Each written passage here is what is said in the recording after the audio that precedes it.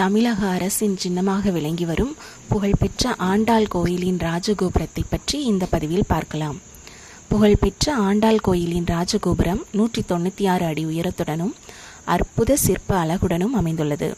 கோபுரம் 11 நிலைகள், மேற்பரப்பில் 11 கலசங்கள் என இதயத்திற்குள் ரசனை நிறைக்கிறது. இக்கோபுரத்தை பெரியாழ்வாரின் சீடரான ஸ்ரீ வல்லபதேவ் பாண்டியால் கிபி 765 முதல் 815 கட்டப்பட்டதாக கூறப்படுகிறது.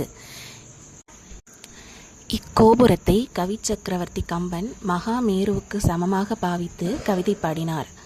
இக்கவிதை கோபுரத்தின் உட்புறம் கல்வெட்டில் செதுக்கப்பட்டுள்ளது. உச்சி பகுதிக்கு செல்ல கோபுரத்தின் உட்பகுதியில் அக்காலத்திலேயே கல்லினாலும் மரத்தினுமான படிக்கட்டுகள் அமைக்கப்பட்டுள்ளன.